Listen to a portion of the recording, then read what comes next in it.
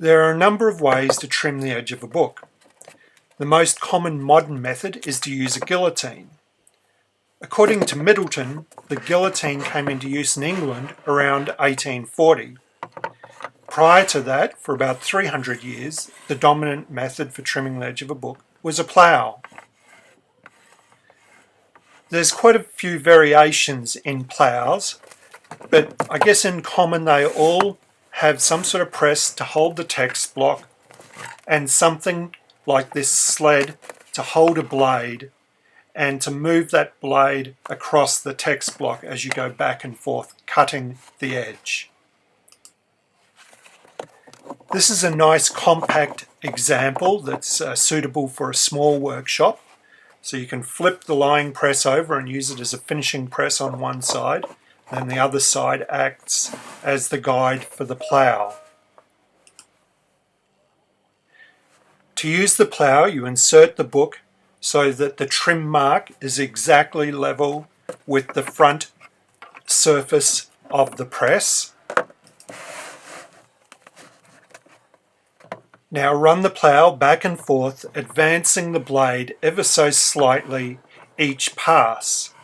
Now here I'm trimming a forage, so I can advance the blade a small amount in both directions, but if I was trimming the head or tail, especially in boards, then I would only advance the blade slightly as I went towards the spine of the book. This is because of the shoulders on the book, and I want the shoulders supported by the boards as the blade comes towards the shoulders. How fast you advance the blade depends on the plough, how sharp the blade is, the paper in the text block, how smooth you want the finished surface to be, or the finished edge to be. I guess 2 or 3 pages at a time is probably typical, and it's probably one of the most energetic activities that you'll do in bookbinding. So this nice little setup is not mine. It's on loan from the Queensland Bookbinders Guild. I brought it home to use for this video and to give it a bit of a tune-up. I'm very lucky to own a Frank Wiesner plough and one of his large lying presses and a matching tub. So I'll just do a bit of showing off and show some of the features of this press. You can flip it over, so I'll use it this way up when I'm backing and when I'm doing edge work. And this side obviously has the guides for the plough. I bought the press and the tub second hand, and then I bought the plough directly from Frank, and he originally sold that press without the guides, so he added the guides for me. So I'll demonstrate trimming a book. I'm marking the trim marks first. I'll start by trimming the forage. The piece of grey board at the rear is called the cut against, and I'll also put a piece of grey board at the front which is lined up with the trim mark. So I'll put the text block in with the trim mark aligned with the top surface of the press.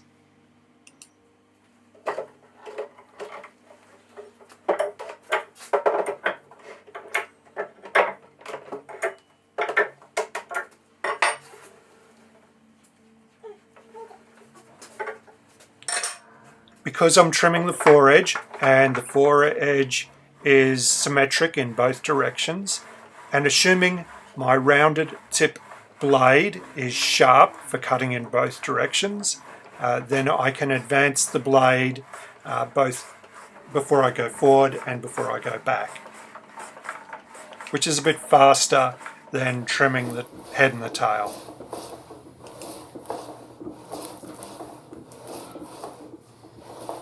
Here's an example of my normal pace at normal video speed.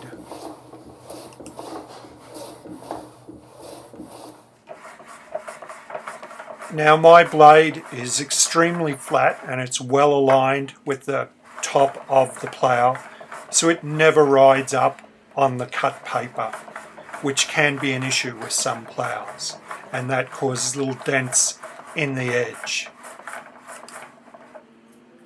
If you're always trying to pull the pieces of paper out of the way, there's always a danger you'll pull one that's still slightly attached and you'll mar the edge as well. Once you get past the end paper, then you know to stop.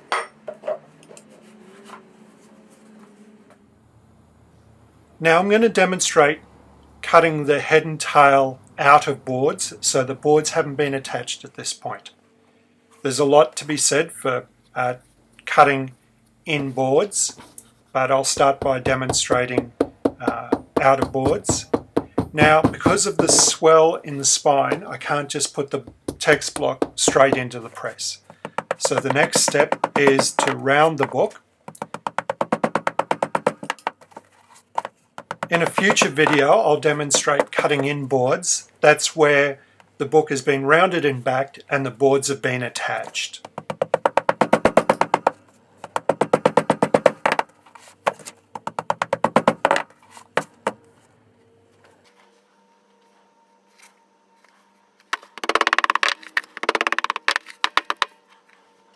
Even once the book's been rounded, there's still some swell at the spine. I'm going to deal with that by using these boards that have a bevel on the long edge. So I'll use those to compensate for the swell at the spine.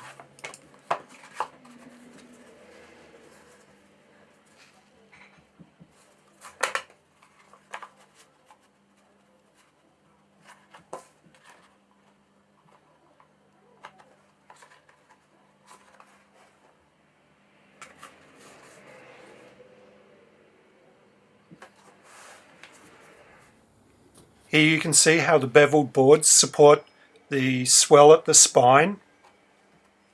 And again, I put the book into or the text block into the press with the front board lined up to the trim mark and the trim mark lined up to the top surface of the lying press.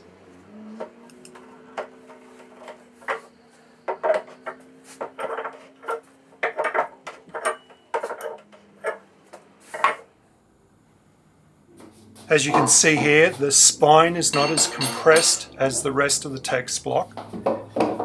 So the best way to trim the paper at the spine is with the blade going towards into the spine so that those beveled boards support the swell. So I only advance the blade when it's closest to me before I push it towards the spine. So I don't advance the blade on the return. This is more important once the book has been backed and when you're ploughing in boards.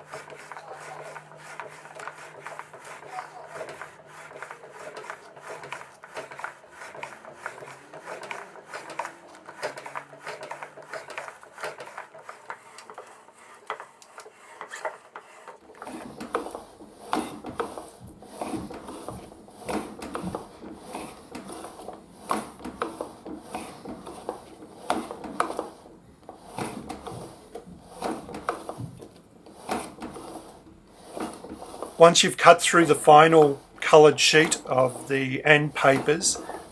Because of the swell, there'll just be a few pages still attached at the spine, and the best way to trim those is with a very sharp knife.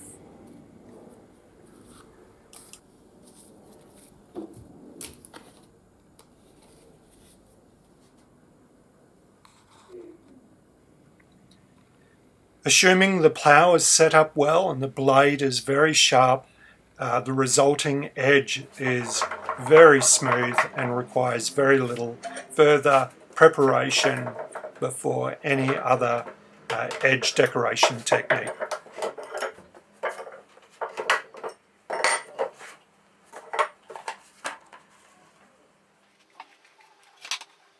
I'll repeat the process for the other end of the book. I'll show some different camera angles to just help see how the process is done. I really love learning about the variation in edge trimming in different bookbinding cultures and traditions. The Japanese tradition is really interesting, and they stand on the book when they trim the edge. Even the ploughs that I've demonstrated today are used in different ways. I'll put a couple of links in the description to videos of these ploughs being used in different ways. There's a great video of Stopan using a very similar plough to the first one I demonstrated in a vertical configuration, which is really interesting. And I'll also have a link to a video of Trevor Lloyd using the exact same plough, the Frank Wiesner one, however in a different configuration with the lying press leaning forward. To make trimming more accessible cost-wise, there's systems that use these circular blades, and they just have a holder that slides along the top of the press, so without the sled. There's also ploughs that have a sled but also use a round blade as well.